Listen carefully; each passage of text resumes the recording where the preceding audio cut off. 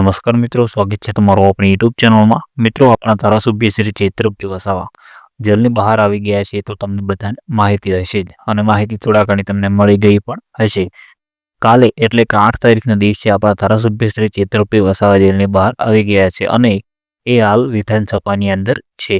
અને મિત્રો, કાલે ચૈતરભાઈ વસાવા અને ગોપાલભાઈ ઇટાલિયાએ વિધાનસભામાં બૂમ પડાવી દીધી। ઘણું બધું ગોપાલભાઈ ઇટાલિયા બોલ્યા છે કે વિધાનસભામાં ઘણા બધા પ્રશ્નો એમણે રજૂ કર્યા છે।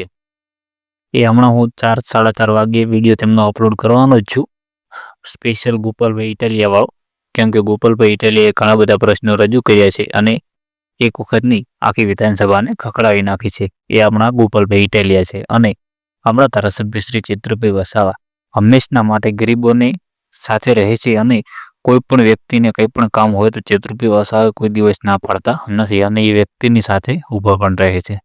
અને એ તો એટલા સારા એમ કે છે નહીં, એટલા સારા ધારાસભ્ય છે કે એમને જરાય ઘમંડ પણ નથી। ન કે અમુક લોકોને તો નહીં તો કેવું હોય છે કે ધારાસભ્યનું પદ મળી જાય એટલે રૂમની બહાર જ ના નીકળે, પણ આ વ્યક્તિ એવો જ છે કે બધા જ લોકોને મળે છે, બધા જ લોકોને સાથે શાંતિથી વાત કરે છે અને એ વ્યક્તિને ખોટા કેસમાં પણ ફસાવવામાં આવ્યો હતો, પણ હવે એ જેલની બહાર આવી ગયા છે। તો હવે આપણને 11 તારીખની માહિતી હાલ નથી, પછી આપણને ખબર પડી જશે કે 11 તારીખના દિવસે તેમના જામીન મંજૂર થાય છે કે નથી થતા અને તેમને જેલમાંથી બહાર લાવવામાં આવશે કે ફરી ચૈતરભાઈ વસાવાને એક નવી તારીખ આપવામાં આવશે। કેમ કે લગભગ આપણા ધારાસભ્ય શ્રી ચૈતરભાઈ વસાવા છેલ્લા 1.5 કે 2 મહિનાથી જેલની અંદર હતા અને આ 3 દિવસ માટે જેલની બહાર આવ્યા છે અને ચૈતરભાઈ વસાવા 100% 11 તારીખના જેલની બહાર આવી જશે એવું લોકો દ્વારા અને સોશિયલ મીડિયાના માધ્યમ દ્વારા આપણને માહિતી મળી રહી છે।